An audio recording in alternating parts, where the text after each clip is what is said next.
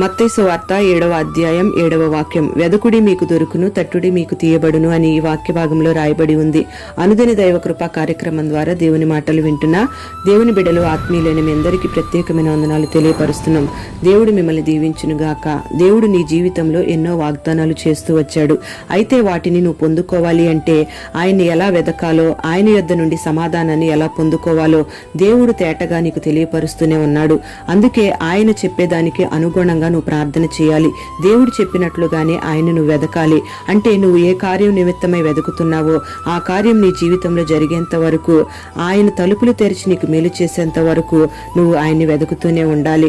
దేవుని యందు భయభక్తులు కలిగి ఆయన్ని వెతికే ప్రతి వారికి ఎక్కడైనా, ఏ స్థలమందైనా, ఏ పరిస్థితుల్లోనైనా ఆయన ఆదుకుంటూనే ఉంటాడు. మరి దేవుని సమాధానాన్ని, సంతోషాన్ని, స్వస్థతను, ఆశీర్వాదాలను పొందుకోవాలని వెతుకుతున్న నీ జీవితంలో హృదయపూర్వకంగా ఆయన్ని నువ్వు వెదకగలిగితే నిశ్చయముగా ఆయన్ని కనుగొందువుగాక.